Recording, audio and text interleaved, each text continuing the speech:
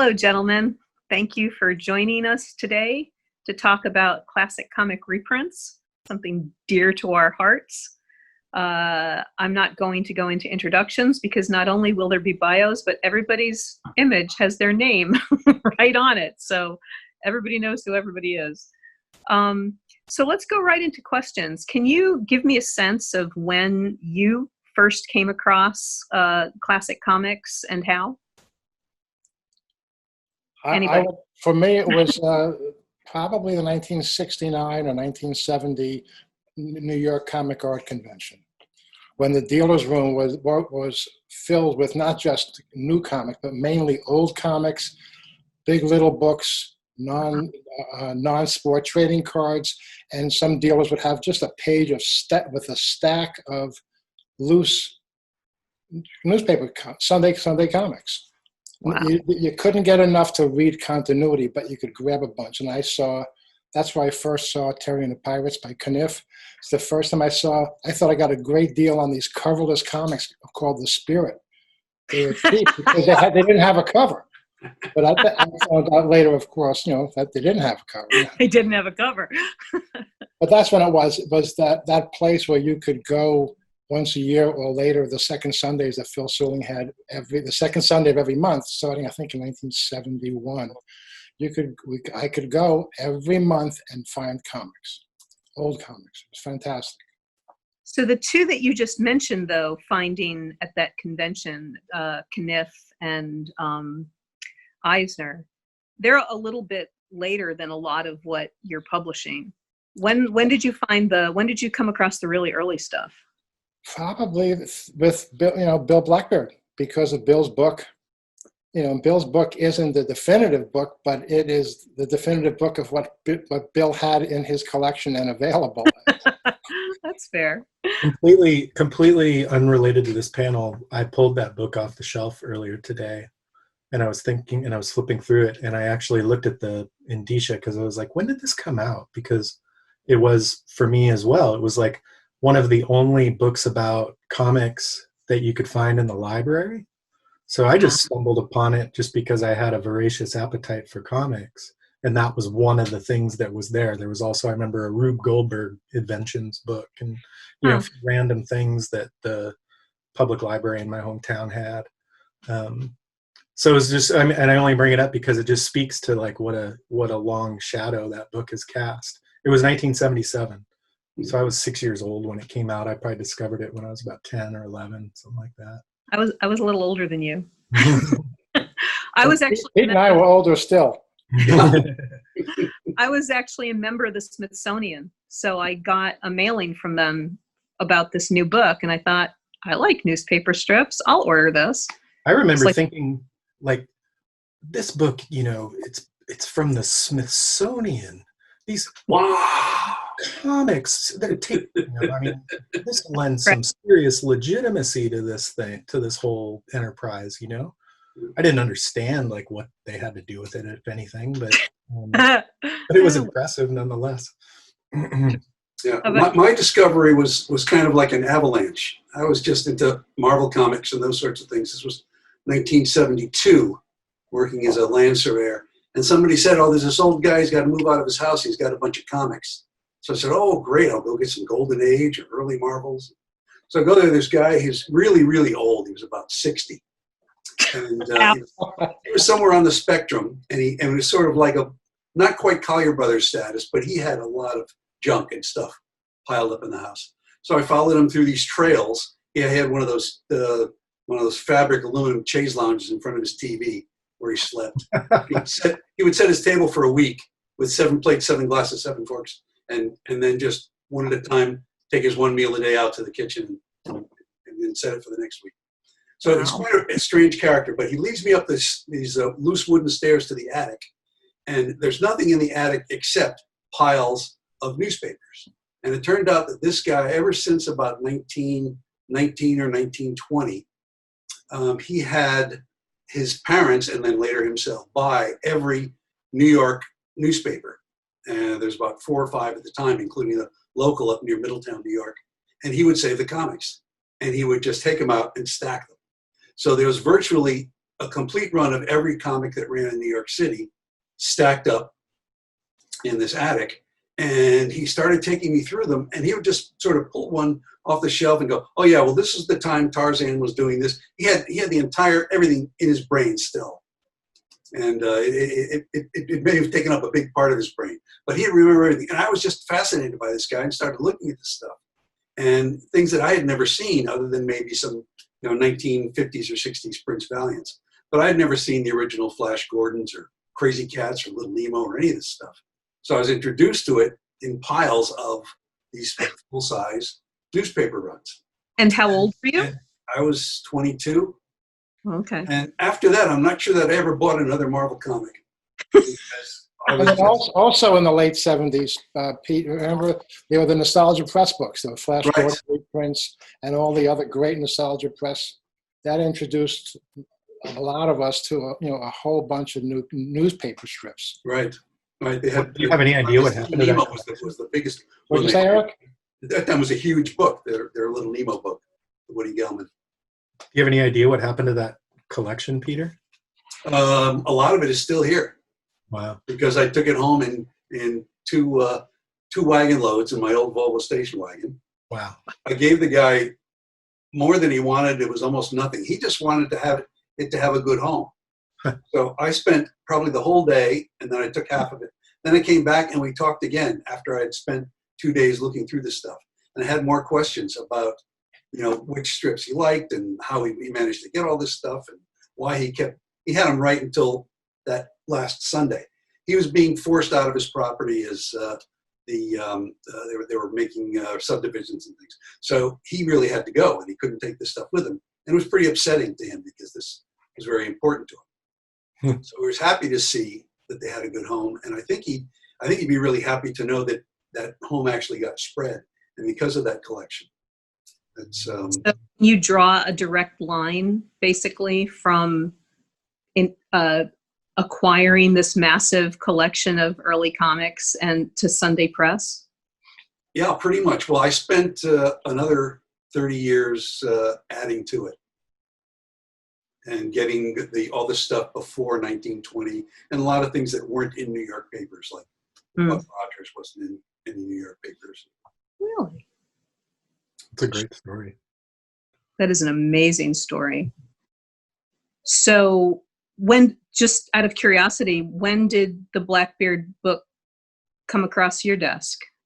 Probably about the late 70s, maybe 1980. A few years after it came out. Okay. Wow. And then I met Bill, I guess it was 81 or 82 when he was still in San Francisco. So I was making a little list earlier today of the reprints that you guys have all published. And it's very long. So this piece of paper, it's so long that there's absolutely no point in me reading it all out or having you recite them all. And there's some overlap, a couple people hit Nemo and a couple people hit Crazy Cat, but mostly you guys have kind of found your own pathways.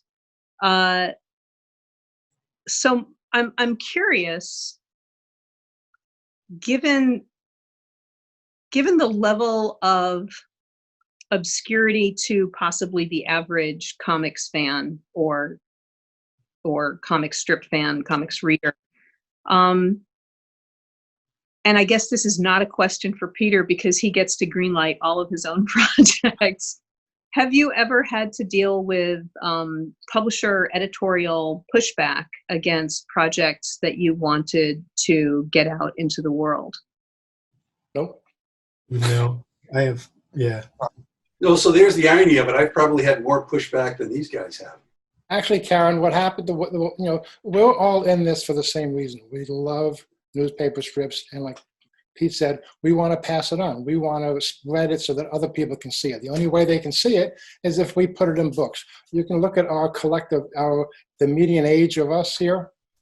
I don't see the next generation of publishers coming in to publish reprints of newspaper strips. So that's why I feel almost a franticness of trying to publish as many books as we absolutely can. You know, since I started Library of American Comics, we've done over 200 books. Fantagraphics has done probably the same number. We love it, and we want to pass it on to people. So with IDW, they've been supportive from day one. I mean, I just called up Ted in 2006 or 2007 and said, this is what I like to do. This is the deal I want. And he goes, okay. And we did it. And we just kept adjusting it. You know, and as the economics of the business change and things are tighter now than they ever were, if I pitch a book to them and they say no, I have the option of funding it myself, which I've done on a fair number of books. I can't ask them to fund a book that's not going to make money or simply break even, but I can do it because it's on me. Have you ever found in the books that you funded yourself that they did break even or make money? Absolutely. The Alex Toth books I funded made a nice amount of money for the family and for me. You were right. Yes, I was right. Yes. Nice. Not always, but mostly. So, Peter, you say that you come up against more pushback than others. Well, it's indirect pushback because I'll want to do something and I'll just talk to a few people and say, yeah, you're nuts. There's 6 of us that'll buy it. So then I say, okay, well, let me try another idea. Huh. Yeah. So a lot of the stuff I'd really like to do, I may end up doing anyway, but I've shied away from just because of feedback I've been given. Yeah, I think you should listen to Dean's story there where, you know, he fell back on funding something himself and they went on to make money. I don't think that necessarily somebody who says only 6 people are going to buy it. Well, since I can only do 1 or 2 books a year, what I usually end up doing is having 3 or 4 ideas and talk it up with people I know. And then if they say, well, only 6 people are going to buy that, but yeah, the other one stands a chance. So I'll do the other one until I run out of other ones. And then. Okay. Sure, and we don't do every book we want to do. Some of them, the numbers are so horrifically bad. Yeah. That you know, I don't mind breaking even. I don't want to lose the money every time out. Right. Yeah, I'm happy if I can make myself $5 an hour. That's a real success story. Is there any point in me asking what are the projects that didn't get published? You mean yet? Yeah, ones that you abandoned because they were theoretically going to be money losers. Yeah, I'd love to do a Jimmy Swinnerton collection. I'm dying for a Jimmy Swinnerton collection. Are you kidding me? Pete, you've got 7 sales now. I'll buy one.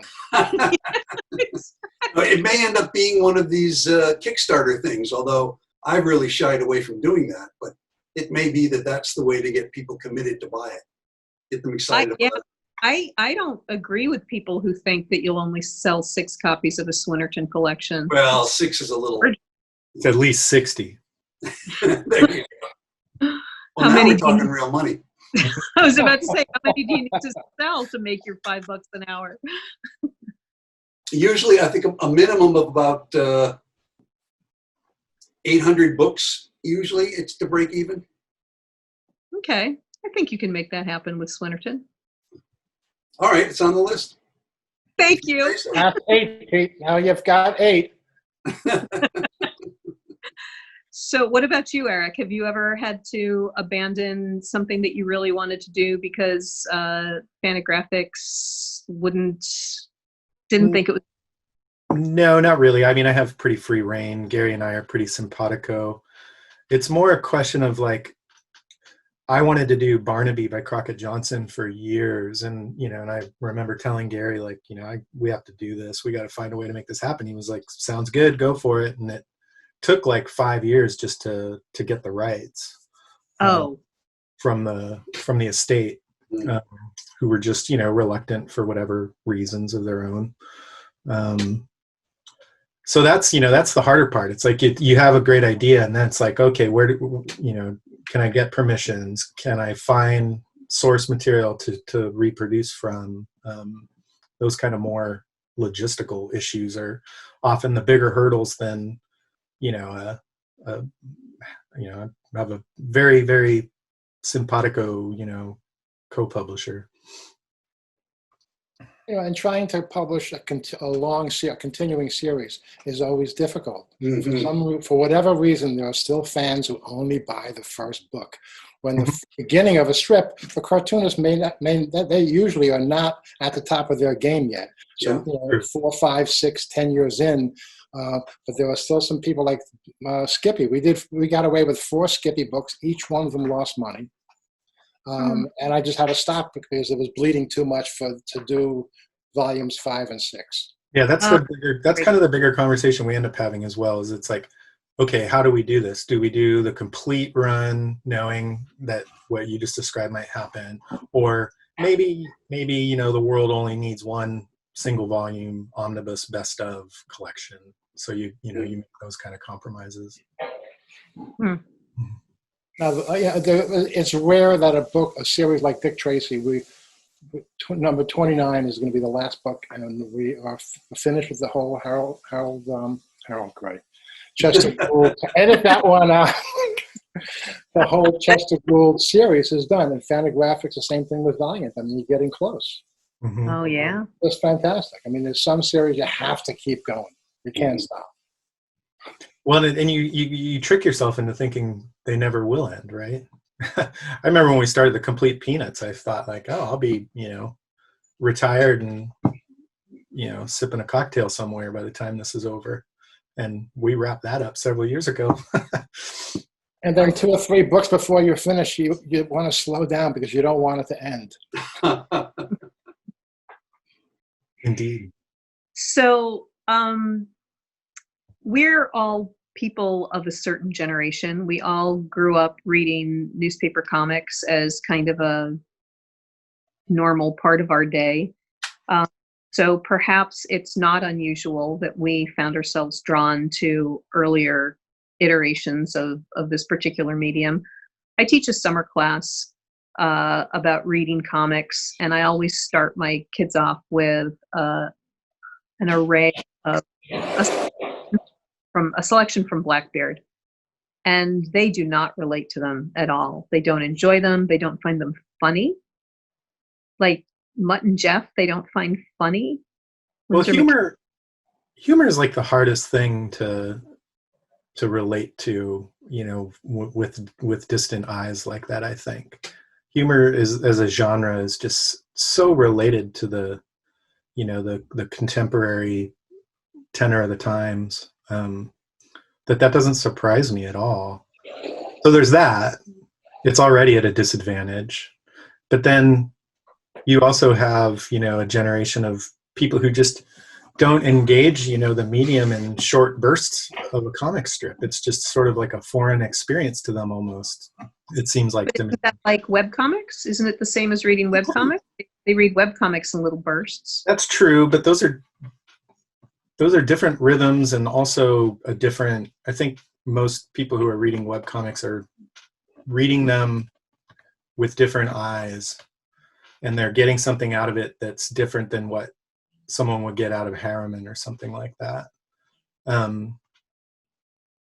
don't know. I don't want to dominate the conversation, but I mean, I grew up in a household that we had the Los Angeles Times, and comics were just a part of, you know, the DNA of growing up, reading the Sunday pages and the dailies, seeing, you know, little paperbacks of all the strips that were coming out at that time, Peanuts and BC and, you know, Wizard of Id, whatever. But yeah, it's just a different experience. With the webcomics, I feel like so many of the most popular webcomics are often about a certain subject, you know, like technology or something like that. They're not really engaging it on a craft level. Like, they're not appreciating the craft of it. They're reading the content. It's a content delivery device, but it's not always an art form. I'm kind of treading on thin ice there because I don't want to cast aspersions of all webcomics. I think it's not only comics. I think it's just broad culturally. When we were younger, it was pretty normal to go back 20, 30, 40 years to enjoy culture. Now, kids nowadays, it's hard to get them interested in Chaplin. So I think it's just such an explosion, there's such an overload of culture there that you tend to not go further back, and you tend to not make the extra effort to try and see what's good about something that's not the same as everything else you're seeing. Did you say Joplin? Chaplin, or Joplin. Oh, Chaplin, okay. I thought you said Joplin, and I wondered Same if you difference here. Scott or Jan. Part of it too is the old strips, because they were printed so large in the newspaper, and the reason why Pete prints his books, publishes books that are that large, so you can actually read them. If you look at something like the Gumps, the word balloon is more words in a word balloon than Steve Ditko could ever do. Jared Gardner at Ohio State, for his class, he's a Gumps lunatic. He edited the Gumps collection we did.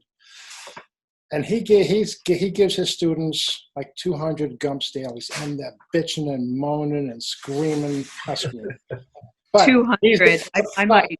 But he's the teacher. They have to read it. See, it's required reading. And by the time they're done, they want to know what happens next. He captured them. Sidney Smith captured them with his continuity, and maybe not the humor so much, but the continuity of the characters. So it is possible, but you've got to actually lock people up and put chains on them to make them sit through enough to actually understand and get it.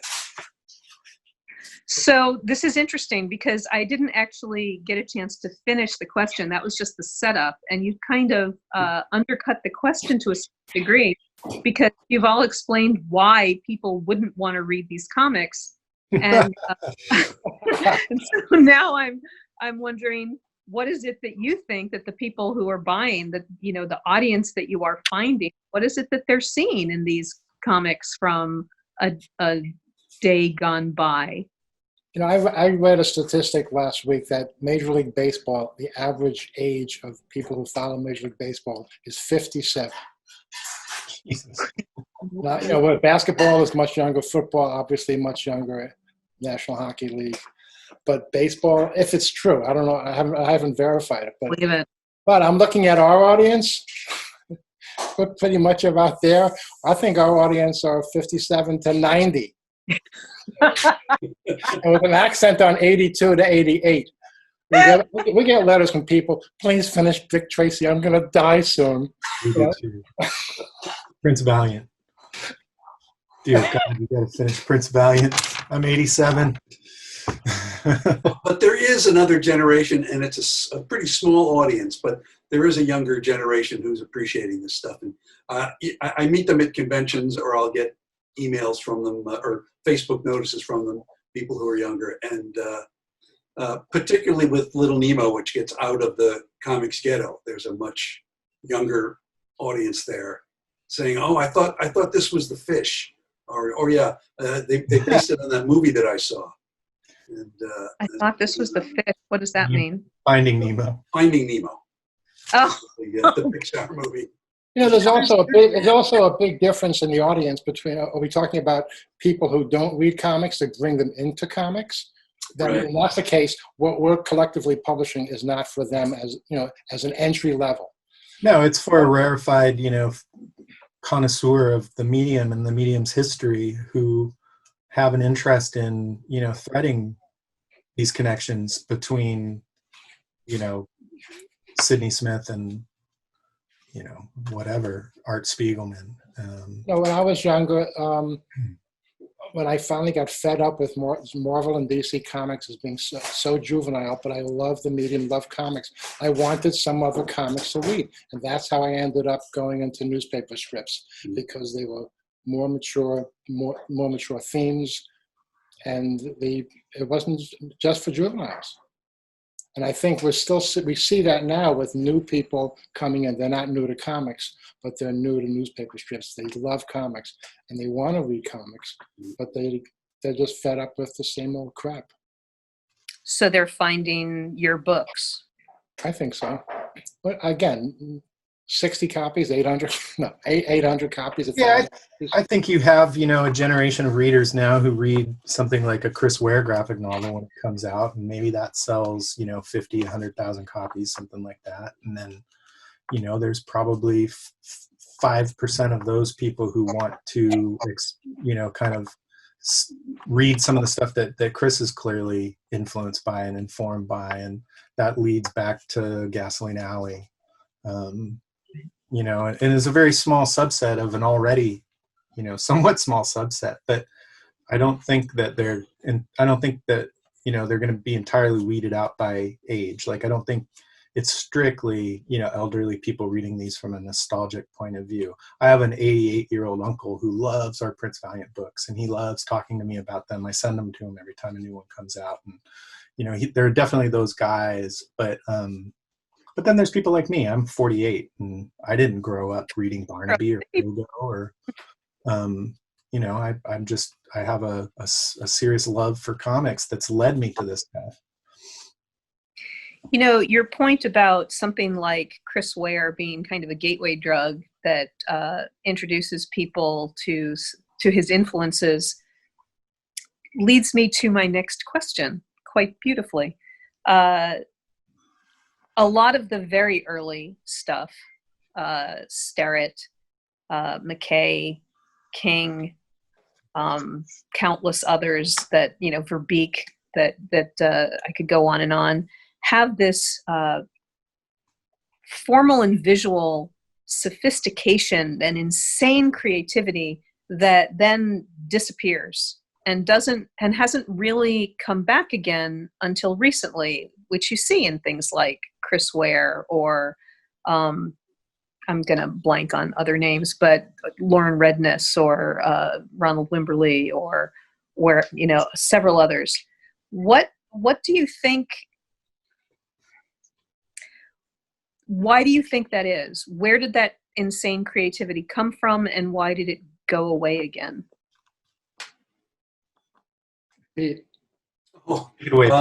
I think I always take it back to the 1960s and underground comics.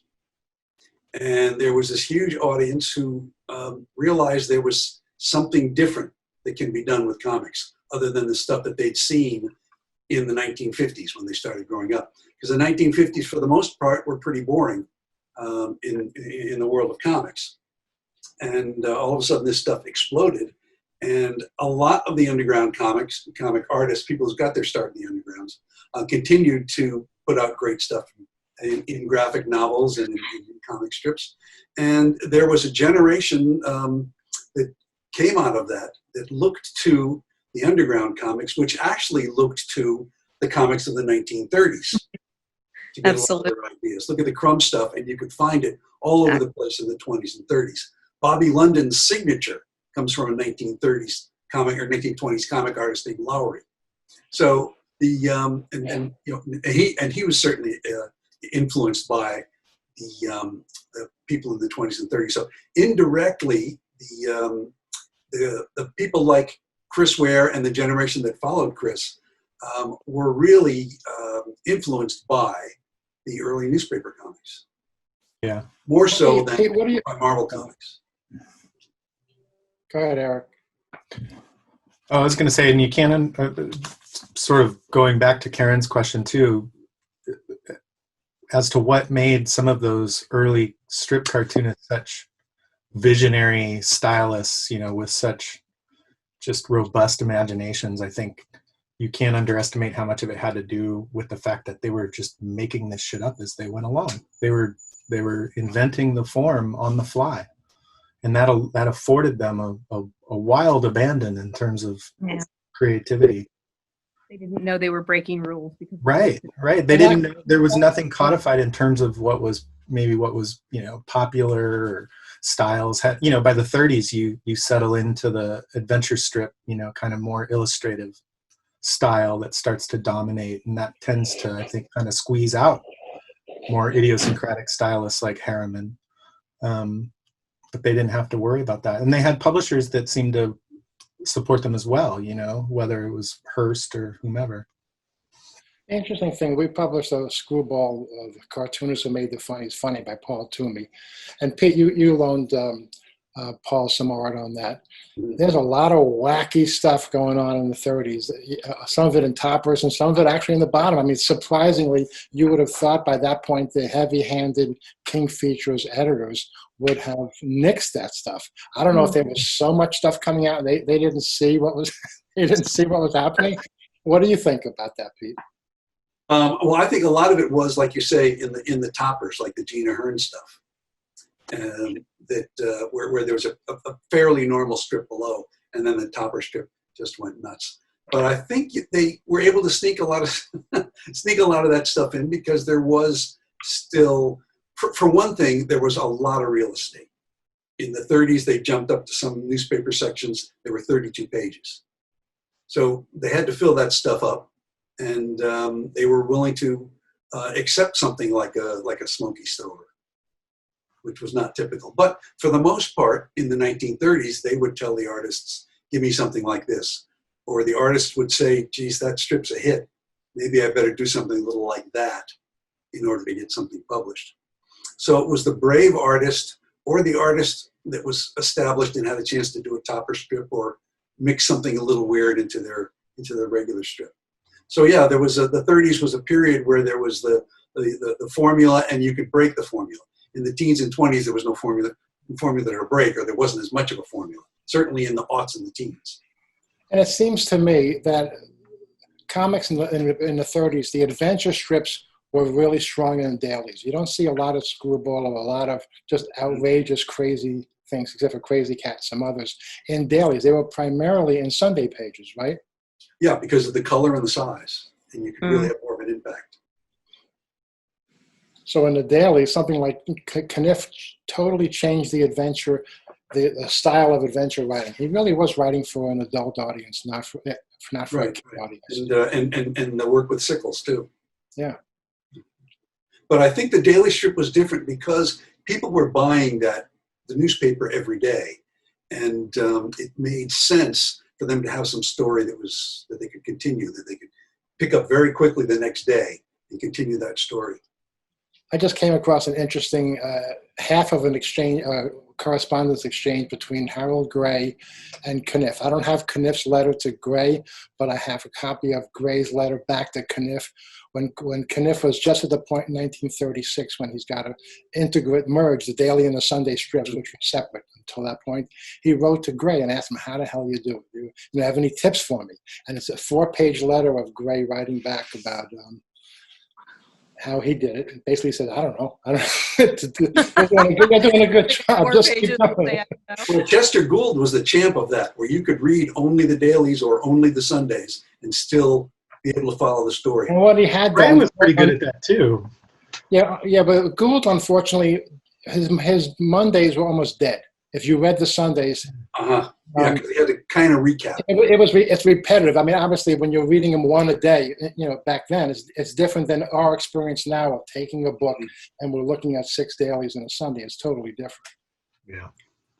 That reminds me of something that Jules Pfeiffer once said to me, that when the Gasoline Alley compilations came out, the ones that Chris Ware's been editing, he said, for the first time, seeing them all in succession that way, to be able to read them boom, boom, boom, boom, boom, instead of waiting a day, he recognized that Gasoline Alley was the first graphic novel. Mm-hmm. A really long one. A really, really long one. So you guys have introduced so many cartoonists and comics to people, to readers like me, and others that would otherwise perhaps have sunk into oblivion. Is there, Eric, you talked about licensing. Is there like a white whale or a holy grail for you of somebody that you really, really want to bring back into the public eye, but you just haven't been able to for whatever reason? For me, for years, Barnaby was that. And I'm just now about to send off volume 4 out of 5. Mm-hmm. So that's great. Terrible Thompson by Gene Deitch was one of those books. Yeah, I mean, I imagine both Dean and Peter probably have some deeper cuts that they'd love to go into. Please do. Well, the one thing I did mention was Swinnerton. Yeah. Right. And one thing I wanted to do for years was the Milk Gross book, which is coming out in the fall. It's just at the printers right now. And seventh copy. I'm buying one. Yeah, that I think we've got more takers than for the Swinnerton, and I think that's important just because it's not just the screwball genre, but you have the whole the Yiddish vaudeville background, and it really is a whole continuum of popular culture history that you can get out of the 20 years that Milt Gross was doing those comics. And I'd love to see Boob McNutt, the Rube Goldberg series, which is really pretty nutty. The first year was just about trying to commit suicide and failing every time. Not something you He succeeded. The strip was over. But yeah, they continued on to Great Adventure Stories, and also in Adventure Stories, I'd love to collect all of the Gump's adventures. Yeah. From the 20s and 30s.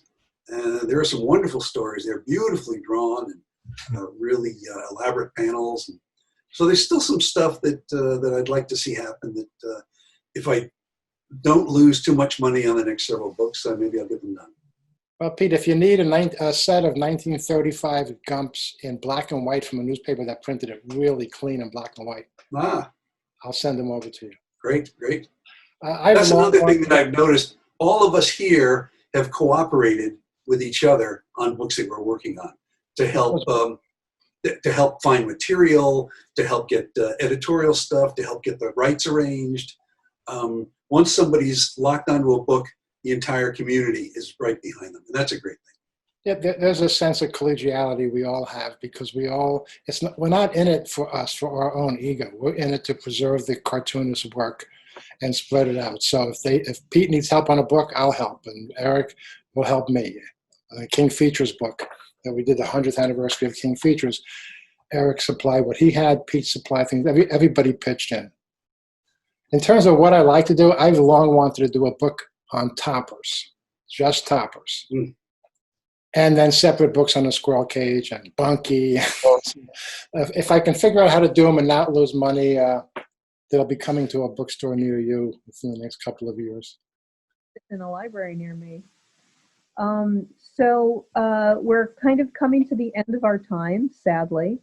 Last thoughts or questions for each other, or entreaties to the public to read this material? What's your sign off for this? I will say to readers that if you know one of us is going to be publishing a series, and you have great copies of that strip, and you don't send it in or let us know, and then after the book comes out and you start bitching about the reproduction quality. Why didn't you call me? I had I get that all the time. We've all gotten those. Yeah. It's true. Yeah, and I say maybe a little evangelism is in order for the people who do enjoy this stuff, to reach out to other comics fans and say, hey, go back a few years, take a look at this, and you'll see where this artist got an idea. And it had been done before. And here's the people who invented it, and they're worth taking a look at. And I think we also have some responsibility in that, in addition to doing long runs, Fantagraphics doing 6 volumes of Barnaby, right? Altogether 6? 5 at least. 5. There's other strips like we should do some best of, something that people can give them a smaller bite to try it out. Because not people aren't going to spend $75 a book. Yeah. With the Harold Gray Little Joe book, nobody's going to buy 20 volumes of Little Joe. No. But there's some beautiful stuff there, and it's worth one nice 150-page book. It's a wonderful book. I think one thing I would stress to people is that keep an open mind. if you have an interest in the history of the art form, keep an open mind when you're engaging some of these things, because when you read a strip like Crazy Cat or Pogo or Harold Gray's Little Orphan Annie, or Seagar's Popeye, it can take some patience sort of getting into the visual and verbal rhythms of these things. And they can be daunting, they can be intimidating. But once you kind of crack that code, it goes down, you know, like butter. It's just, and it's in these increments that, you know, you can kind of control. It's not as daunting as it might seem, because for the most part, you know, I mean, you have some serial strips like Annie, but a lot of times, you know, the beats are pretty short, and and it can be really rewarding to just kind of lose yourself in that. I mean, something like Gasoline Alley, you know, you can read a couple of strips and it's not that intimidating, but it's sort of the opposite, where you really need to read a bit to sink into just the beautiful Americana of it all, and experience, you know, what it was like to live at that time. It's a really, you know, beautifully naturalistic thing, and you can experience, you know, history through these strips in a way that's really, really unique, you know, compared to other art forms.